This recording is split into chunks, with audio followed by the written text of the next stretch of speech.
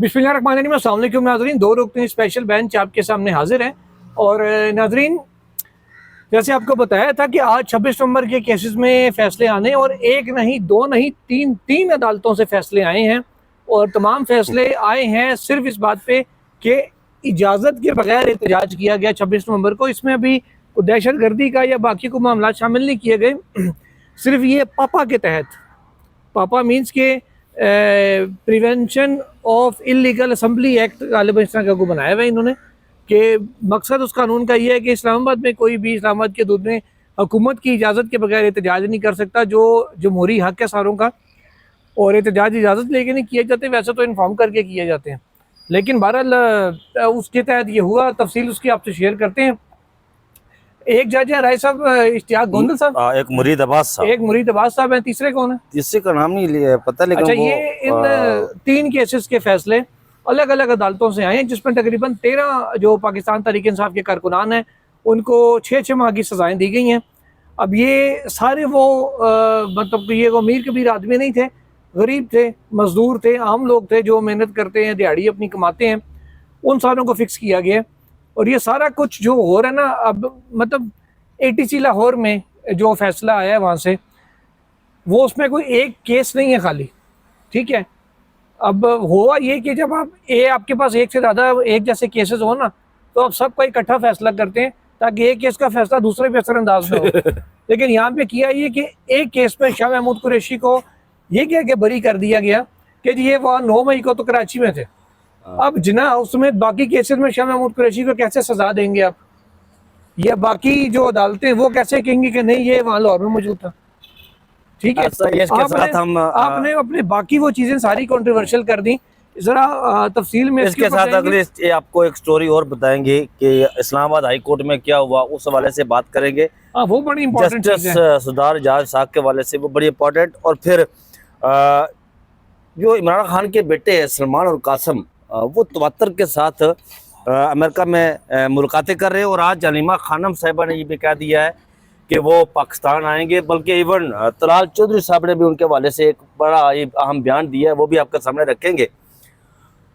तो जुल्करनैन साहब, आपने जिस स्टोरी का सबसे पहले इंट्रो दिया है कि ये अरफान सिद्दीकी साहब नून लीग के सेनेटर, जी, उन्होंने ये एक बिल सेनेट में इसके आप पायनियर कह सकते हैं कि सेनेटर अरफान सिद्दीकी साहब मेरे उस्ताद मोहतरम है, लेकिन अगर कोई अगर कहीं गलत कर रहा हो तो उसके मुंह पर ये बात कहनी चाहिए। मैं जब उन्होंने ये बिल पेश किया था तो मैंने अरफान सिद्दीकी साहब से जाकर मिला था और मैंने उन्हें कहा था कि आप तो जमहूरियत के बड़े चैंपियन रहे हैं, जमहूरियत के बड़े दाई रहे हैं, और जब नवाज शरीफ साहब वोट को इज्जत दो, आपको पता है कि वोट को इज्जत दो का जो खालिक है नारे का, वो अरफान सिद्दीकी साहब है। अच्छा, मैं उनके घर गया तो मैंने कहा कि ये सारा कुछ आपने क्या किया है, ये बिल जो पेश किया है, अब शजर ममनू करार दिया गया है कि इस्लामाबाद के अंदर आप बात भी नहीं कर सकते, ताकतवर कूतों के खिलाफ हो। और ये बिल जब पास हुआ तो फिर उसके बाद यहाँ पर 26 नवंबर में जो एहतजाजी तारीख थी पाकिस्तान तहरीक इंसाफ की, वहाँ पर जिस तरह जुल्करनैन साहब ने बताया कि वो गरीब कारकुन हैं सारे, जो जिन पर गोलियां उन्हीं पर चलाई गई, मुलजुम उन्हें बनाया गया, बल्कि आज तो मुजरिम भी करार दिया गया ना। 6-6 माह की सजाएं मिली है, चले सजाएं सस्पेंड हो जाएगी, वो काट चुके हैं, या 2 माह वो काट चुके हैं, अब बरी हो जाएंगे, लेकिन उन्हें मुजरिम बना दिया गया। और पाकिस्तान तहरीक इंसाफ की जो लीडरशिप है बाहर, मैं समझता हूं कि ये इंतहाई अफसोस का मकाम है उनके लिए भी कि उन्होंने इन कारकुनान के लिए कुछ नहीं किया। जुल्करनैन इकबाल साहब, अरफान सिद्दीकी साहब ने जो बिल पेश किया था, यहाँ पर अब बात करना, पार्लियामेंट के सामने खड़े होकर बात करें या सुप्रीम कोर्ट ऑफ पाकिस्तान के सामने खड़े होकर बात करें किसी ताकतवर शख्सियत के खिलाफ, तो आप सीधे अंदर चले जाएंगे। यह जमहूरियत नहीं है, ये आप कह सकते हैं कि जमहूरियत की रूह को कुचला गया, जमहूरियत की रूह को मसला गया। लेकिन यहाँ पर एक आपको और बात बताऊं, वो ये है कि अफाकी असूल है, कुदरती असूल है। कुदरत जो है वो यकसानियत को पसंद नहीं करती कभी भी, नेवर एवर। अगर कुदरत यकसानियत को पसंद करे तो हमेशा बहार रहे, हमेशा खजां रहे, हमेशा गर्मा रहे, हमेशा मौसम सरमा रहे। लेकिन कुदरत तगय्युर और तबद्दुल को पसंद करती है, और वक्त पलटेगा तो फिर ये अपने पछवाड़े पर हाथ लगा लगा कर रोएंगे कि हमने ये क्या किया था। ये जो बिल बनाए थे ये सब पलट कर इनके मुंह पर मारे दिए जाएंगे, और ये फिर वो आंसू रोएंगे कि इन्हें पानी के आंसू भी नहीं आएंगे। ऐसा मुझे ये लगता है, ठीक है। कि ये अच्छा, जो फिर अचानक सजाएं हो रही है आगे बात सुने ना। 3 जजेस ने सजाएं सुनाई जी, मरीद अब्बास साहब ने, अहमद शराज गौदल साहब ने। अच्छा, तीनों जजेस ने 6-6 माह का सजा सुना दी, तीनों जजेस ने। ऐसा भी उसकी एक वजह मुझे ये समझ आ रही है कि अचानक लाहौर से फैसलाबाद और सरगोदा से फैसले आए, फिर यहाँ इस्लामाबाद से 3 आए। मकसद सिर्फ और सिर्फ एक डेटरेंस क्रिएट करना है कि 5 अगस्त को बाहर ना निकलना पुत्रो, वरना है कुछ होएगा। यार ये नहीं है, इसमें मतलब मुझे तो इसकी यही साइंस नजर आ रही है। नहीं, इस तरह ऐसे नहीं होता। आपने इंतखाबात से कबल क्या किया था इमरान खान के इद्दत के हवाले से वो फैसला देकर? अच्छा, वो और चीज थी। मुझे एक बात बताएं, उस दिन 5 जो ये इलेक्शन हुआ, मुझे बताएं यार, ये 26 नवंबर के आखिरी हफ्ते में यहाँ पर आप इस एहतजाज को कवर कर रहे थे जी, गोलियां चल रही थी, सारा कुछ हो रहा था, लोग भागे। यार ऐसा बात है, इलेक्शन से जब तशबीह देते हैं ना चीज को, तो एक चीज को समझा करें। इलेक्शन वाले दिन गवर्नमेंट समेत सारे इलेक्शन कमीशन सबका कोशिश है कि लोग निकलें और वोट डालें, ठीक है। अब उनकी जब ये कहे कि जी को बाहर ना निकले, एक तरफ वो लोगों को निकालने का अरेंजमेंट कर रहे हैं, एक तरफ वो लोगों को कह रहे हैं कि को बाहर ना निकले, तो बाहर ना निकलने के लिए और अरेंजमेंट होते हैं जिसमें सजाएं दी जाती हैं। इलेक्शन वाले दिन तो खुद कह रहे थे जी निकलो आओ वोट डालो, और वोट डालने में छापे भी शुरू, वोट डालने में कोई पाबंदी तो नहीं थी ना। नहीं, सब ने निकले, अपनी मर्जी से वोट डाला। बाद में फॉर्म चेंज हो गए, वो एक रहता बाद कहीं डब्बा कहीं फॉर्म, लेकिन पब्लिक ने निकल के बता दिया था उसे, ठीक है, कि वो क्या सोच रही है, वो किसके साथ है। वो सजाओं के खिलाफ जो एक वो पूरा मेरी समझ नज़र में वो एक रेफरेंडम था 8 फरवरी का, ठीक है। वो अवामी अदालत का फैसला था जो 8 फरवरी को आया, उसमें उन्होंने इन सारे फैसलों को कलअदम करार दे दिया था जितने इमरान खान के खिलाफ आए थे। लेकिन जब आप एक एहतजाज से पहले माजी के एहतजाज वालों को गिरफ्तारियां उनकी करते हैं, छापे मारते हैं, अदालतों से उनको सजाएं दिलवाते हैं, उसका मकसद सिर्फ और सिर्फ एक डिटरेंस क्रिएट करना होता है जनरल पब्लिक के ज़हन में कि भाई निकलेंगे तो ये कुछ हमें फेस करना। मुझे सिर्फ एक बात बताएं, जवाब दो सर, सुन ले थोड़ा सा आगे सुन ले। जो मसला ये है नाज़रीन, जिनको 6-6 महीने की सजा हुई है, जब तक ये सजा कलअदम नहीं होती, मुतलबल हो जाए, वो उन्होंने इतना टाइम ऐसे ही अंदर गुजार लिया कि वो डायरेक्टली सजा के बाद बाहर ही निकलेंगे, जितना टाइम उन्होंने जेल में गुजार लिया है। बात सिर्फ इतनी है साहब, ये हो गया सजा याफ्ता, ये आम शहरी नहीं रहे, ठीक है, मुजरिम है। हाँ जी, जब तक अपील में बरी नहीं होते, इनके पास गरीबों के पास मेरा ख्याल है वकील करने के पैसे नहीं होंगे आगे। पीटीआई कितने को वकील देती है सारों को, वो सबके सामने ही है। नहीं, 6 महीने सजा हुई तो ये बरी हो जाएंगे यार, 2-3 बरी नहीं होंगे, रिहा होंगे ना, 2-2 सजा याफ्ता रहेंगे। जब आप सजा याफ्ता होते हैं ना, आप कोई सरकारी नौकरी कर सकते हैं, बिल्कुल ऐसा ही है। आपका ना आपको बैंक कर्जा देगा, ना कोई एक्टिविटी आप FIR आपके खिलाफ हो, जब तक वो कैश नहीं करवाएंगे उस वक्त तक कुछ भी नहीं होता सर। ना बाहर जा सकते हैं, हयात आपके ऊपर एक स्टिग्मा लग गया जी सजा याफ्ता होने का। सही या गलत वो एक अलग चीज है।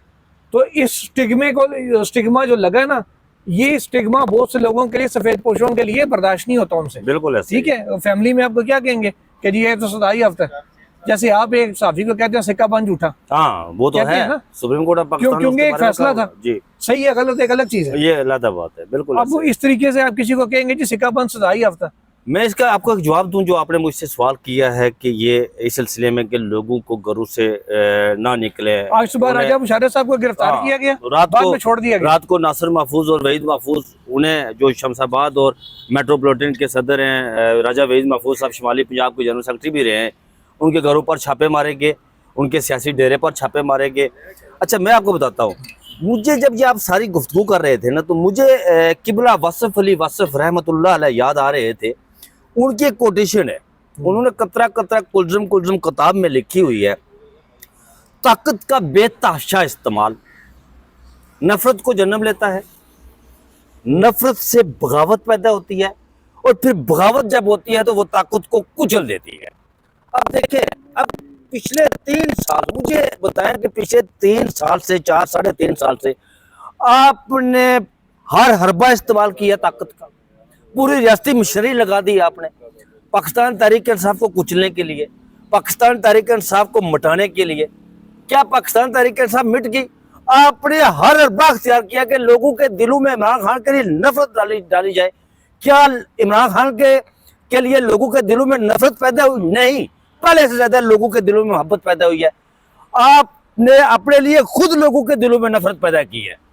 आप ताकत का इस्तेमाल करते रहे कि लोगों के दिलों में इमरान के लिए नफरत पैदा करे, उल्टा वो ताकत का इस्तेमाल आप लोगों के दिलों में आपके नफरत का सबब बन गया। आप जिस गली में जाएं, चौक चौराहे में जाएं, कि जिस ढाबे पर बैठे, आप जाकर गुफ्तगू करें। ये महल्लात में बैठने से सोचने से बातें नहीं होती। आप निकल कर यार, आप जाए फौरा चौक में खड़े होकर, अगर इतना ही ज़ौम है ना आपको कि हम मकबूल हैं, पॉपुलर हैं, ताकतवर हैं, जाए आप वहाँ खड़े होकर देखें लोग आपके साथ क्या हासिल करते हैं। अच्छा राय साहब, इसी आप बात कर रहे हैं, इसको लेके चलते हैं इस्लामाबाद हाई कोर्ट में। इस्लामाबाद हाई कोर्ट में नाज़रीन दो किस्म की कार्रवाइयाँ जस्टिस सरदार एजाज इस्हाक की उसमें चल रही हैं। एक तो वो ब्लास्फेमी गैंग के हवाले से है, ठीक है। दूसरा जो मामला था वो आफिया सदीकी केस था। अब आफिया सदीकी केस में उन्होंने कंटेम्प्ट नोटिस इशू करने का ऑर्डर दिया वफाकी काबीना को, वज़ीर आज़म को और तमाम वज़रा को।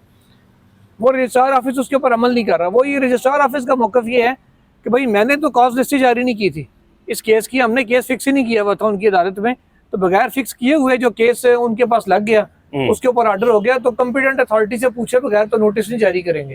कॉम्पिटेंट अथॉरिटी कौन है? कायम मकाम, बल्कि आप तो मुकम्मल चीफ जस्टिस सरफराज डोगर साहब, ठीक है। जाहिर है चीफ जस्टिस के ऑर्डर के बगैर तो रजिस्ट्रार के ऊपर कॉम्पिटेंट अथॉरिटी वही है, और कौन है?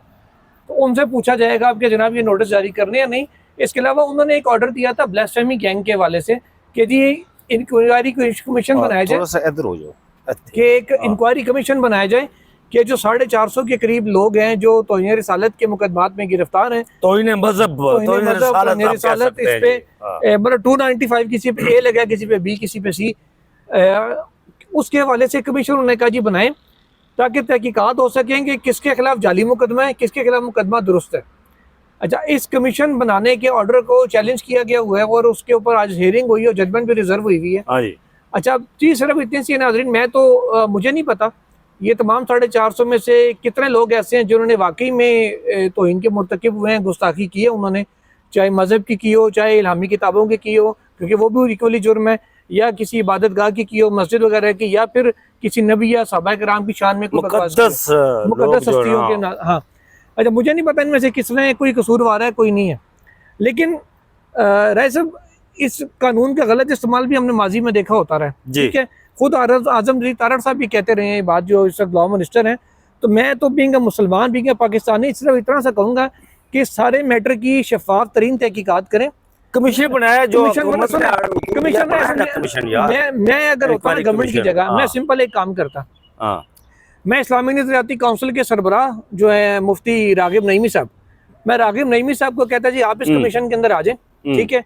साथ एक कोई हाजिर सर्विस या रिटायर्ड कोई अच्छी शोहरत का हामिल अफसर, जैसे मोहिउद्दीन साहब DPO हैं, कोई भी हो यार, एक ऑफिसर लेता, और एक तीसरा साथ उनके साथ एक मतलब पुलिस अफसर को डाल देते या कोई ब्यूरोक्रेट डाल देते, एक इन्वेस्टिगेटर, उनको कहते कि जनाब आप इस सारे मामले की, उसमें मजहबी टच भी आ गया, लीगल साइड भी आ गई, कि आप लोग इस सारे मामले की तहकीकात करें, ठीक है। और जिसने भी गुस्ताखी की है, जो भी गुस्ताखी का मुर्तकिब हुआ है, कानून मौजूद है, उसके खिलाफ कार्रवाई करें बिला झिझक, और 1 महीने के अंदर ट्रायल मुकम्मल करके सजा दें। बिल्कुल ऐसा ही है जी, ये जो अच्छी बात है, ये तो होना चाहिए। और अगर कोई ऐसा बंदा है कि जिसके ऊपर आपको लगता है कमिश्नर नतीजे पर पहुंचता है कि यार इसके खिलाफ जो केस है ना वो कमजोर है या जेन्युइन नहीं है, या बज़ाहिर उसमें कोई झूठ का एलिमेंट सामने आ रहा है, तो बज़ाहिर उसको फिर रिहा करें, उसको बरी करें, फिर उसको छोड़ दें। ये तो बड़ी सिंपल सी बात है। वैसे तो FIA को भी तफ्तीश में, लेकिन मैं समझता हूँ जी, वैसे FIA को भी तफ्तीश में ये सारे नुकात देख लेने चाहिए थे, लेकिन अब क्योंकि कमीशन का ऑर्डर हो गया उसके ऊपर भी अमल नहीं हो रहा है, एक अलग बात है। मैं समझता हूँ जुल्करनैन इकबाल साहब की हुकूमत को, जो हुकूमत है, आखिरी बात करूँ फिर आप बोलिएगा, मसला सिर्फ ये है नाज़रीन के जस्टिस सरदार एजाज इस्हाक साहब उन 5 अफराद में से हैं जिन्होंने पहले उन 6 में थे जिन्होंने ख़त लिखा था, बाद में उन 5 में जिन्होंने जजेस केस में ट्रांसफ़र वगैरह को चैलेंज किया था। हुकूमत के ज़हन में तासुर शायद ये है कि ये जो भी फैसला करेंगे वो हमारे खिलाफ होगा, जबकि ये हुकूमत के खिलाफ किसी भी सूरत में नहीं है, बल्कि ये उल्टा आपकी सोसाइटी के अंदर जी पैदा हो रही है। मैं समझता हूँ कि हुकूमत वक्त को चाहिए कि जिस तरह जुल्करनैन इकबाल साहब ने बताया, इस तरह एक कमीशन बनाए, इंक्वायरी कमीशन, भाई वो शफाफ तहकीकात करे, इन्वेस्टिगेट करे, जो भी मामला हो, जो किसी ने किया, जुर्म किया नहीं किया, वो उसको सजाओं का तयन करे, ताकि दूध का दूध और पानी का पानी हो जाए यार। और सजा- ये हुकूमत को स्ट्रेंथन करेगा, बात है। मजबूत करेगा। मेरा तो एक ही मौकफ है कि जिसने भी मेरे नबी की शान में या सहाबाए कराम की शान में या उम्मतुल मोमिनीन की शान में या फिर इस्लामी किताबों की मुकद्दस कुरान हस्ती पाक कोई में भी हो यार, चीज है, हाँ उसकी शान में कोई गुस्ताखी की हुई है, उसको ऐसी सजा देंगे दोबारा को जरूरत न करे ऐसी जी, हरकत करने की। ऐसा ही ठीक है। और जो जिन्होंने नहीं किया है, और जो किसी को जिस तरह यहाँ पर बताया जाता है कि फंसाया जाता है लोगों को, यार ये भी तो नहीं होना चाहिए ना। Obviously, हाँ, सर जब शफाफ इंक्वायरी होगी तो चीजें क्लियर हो जाएगी ना कि ये कौन तो क्लियर है कौन नहीं है। क्लैरिटी के साथ सारी चीजें हो जाएंगी। अच्छा रहे साहब, अमेरिका अमेरिका चलते हाँ, हैं। अमेरिका यहाँ चलते से, हैं जी। रिचर्ड ग्रैनल के बाद उनकी कुछ सलमान और विल्सन कासिम से- की, जो विल्सन से कुछ और आम मुलाकातें उनकी हो रही हैं। वो ब्रैडमैन शर्मैन या पता नहीं क्या नाम था हाँ, उसका। किसी ने दावा किया है ट्विटर पे कि उनकी शायद कोई एक आध दिन में ट्रंप से हुसैन मुलाकात- हक्कानी ने नहीं, हुसैन हक्कानी ने पहले लिखा था कि फील्ड मार्शल के हवाले से कि वो ट्रंप से जाकर मिले तो ये लोगों से, लेकिन जो आप दावे की बात कर रहे हैं वो दावा नहीं है, ट्वीट है, लेकिन वो खबर है कि वो ट्रंप से मिले। अब देखिए, जो विल्सन ग्रेनल तो उसकी टीम का हिस्सा है ट्रंप की का, और ब्रैडमैन भी वो उसका कोई है, सीनेटर तो है। अब बाकी लोगों से भी वो आज मिलेंगे और ट्रंप से भी उनकी मुलाकात हो रही है। और एक और जो सबसे आम बात है, ये कहा गया कि ट्रंप को मिसगाइड किया गया था। अब मिसगाइड किसने किया, ये बड़ा ये क्वेश्चन किसने मार्क है। कहा? खबरें चल रही हैं ना अच्छा, कि ट्रंप को कुछ हवालों से मिसगाइड किया गया, ये बड़ा क्वेश्चन मार्क है कि मिसगाइड किसने किया।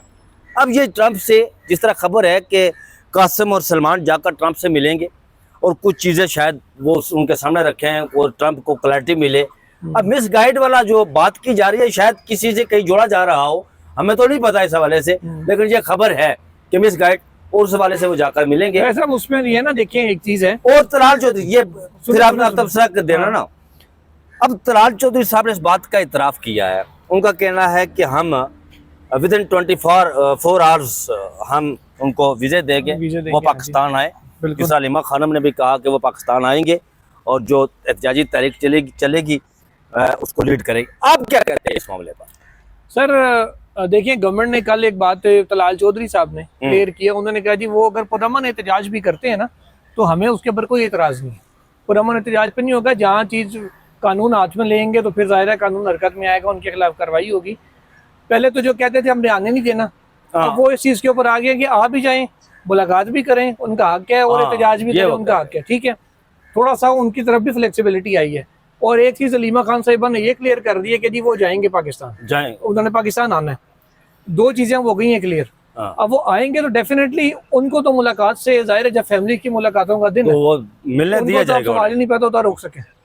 ठीक है, लेकिन इमरान की रिहाई के वाले से मैं समझता हूँ कि ये संजीदा कोशिशें हैं, यार देखिए, उनकी औलाद कर रही है ना। सब सीधी बात है, फैमिली से ज्यादा संजीदा कोशिश और कोई नहीं कोई कर। नहीं कर सकता, बिल्कुल ऐसा ही है। बाकी जो पॉलिटिकल लीडरशिप जितनी भी है ना, नवाज शरीफ साहब की जो रिहाई हुई या वो यहाँ वो से, उनकी फैमिली की तरफ से हुई। 2019-20 में जब वो यहाँ से गए मेडिकल रिपोर्ट्स की बेस पे, तो वो डील में सारी संजीदा कोशिश किसने की? मरियम नवाज की थी, फैमिली की थी ना, फैमिली की थी। बाहर से तो किसी ने नहीं की। नहीं की थी। बाहर वाले लीडर तो या एहतजाज कर लेंगे या असेंबली में बोल देंगे या कुछ बयान दे देंगे, प्रेस कॉन्फ्रेंस कर और देंगे, कुछ दुआ करेंगे कि वो अंदर ही रहे तो हम रात लेते रहेंगे। मतलब इससे ही होता है ना। असल काम तो हुआ जो आपकी फैमिली करती है। और ये नाज़रीन हम सब के लिए एक सबक है, हाँ, इसमें हम सब के लिए एक सबक ये है कि बिलाखिर अपनी काम आते हैं। बिल्कुल ऐसा ही है, बिल्कुल ऐसा जो अपनी फैमिलीज हैं आपकी, वो हमारे यहाँ एक बात वाइफ की हो जाती जाए, है, बच्चे हो जाए, हाँ। पेरेंट्स हो जाए, बहन भाई हो जाए, आपके काम ही फैमिली लोग चाचा आते हैं। ताए हो जाए, बाहर वो वाले हमारे यहाँ एक उन्हीं रिश्ते ही कहावत काम है यार कि अपना मार के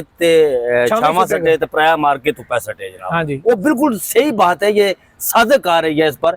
अब देखिए, इमरान खान साहब 3.5 साल से जेल में है, नहीं 2 साल से वो जेल में है, लेकिन 3.5 साल से मातूब है ना। 5 अगस्त को उन्हें 2 साल हो जाएंगे। कितनी एफर्ट की बैरिस्टर गौर ने, कितनी एफर्ट की सलमान मुराजा ने, कितनी एफर्ट की दूसरे लोगों ने। कई तो कह रहे अली मोहम्मद खान साहब जो अजीब और गरीब किस्म का इंसान है, वो कहता है कि इमरान खान को आजाद करो। पता नहीं, तू तो पहले खुद यार जो तू खुद भूटू का सिरान बना हुआ है, पहले खुद को तू रिहाई दिलवा दे उससे। वो अजीब और गरीब किस्म का मामला है ना। और अब बिल आखिर इमरान खान की फैमिली को आना पड़ा। और ये मैं समझता हूँ कि ये संजीदा कोशिश है और अब की बार इमरान खान साहब रिहा हो जाएंगे। अच्छा, चलें देखते हैं। वैसे जिस रात इमरान खान प्राइम मिनिस्टरशिप से हटे थे ना, तो यार वो तकरीर की थी। उस रात एक अली मोहम्मद खान असम्बली में खड़ा हुआ था, चले जिसने दो बातें कही थी। हाँ नंबर 1, इमरान खान 2/3 के साथ वापस आएंगे, हाँ और 24 के इलेक्शन में आपने देखा 2/3 से ज्यादा आगे निकल गई थी बात। ठीक है, उनकी एक बात सच्ची साबित हुई थी। और अली मोहम्मद खान साहब के खिलाफ मेरा भी कई चीज़ों के ऊपर है, लेकिन जो एक बात ठीक थी वो ठीक थी। दूसरी बात जो उन्होंने कही थी, होते नहीं जो कौम हक बात पे यकजा, उस कौम का हाकिम ही फकत उसकी सजा है। ये भी मेरा ख्याल है इस वक्त ठीक बैठा है। ठीक है। इजाज़त दीजिए, अल्लाह हाफिज़।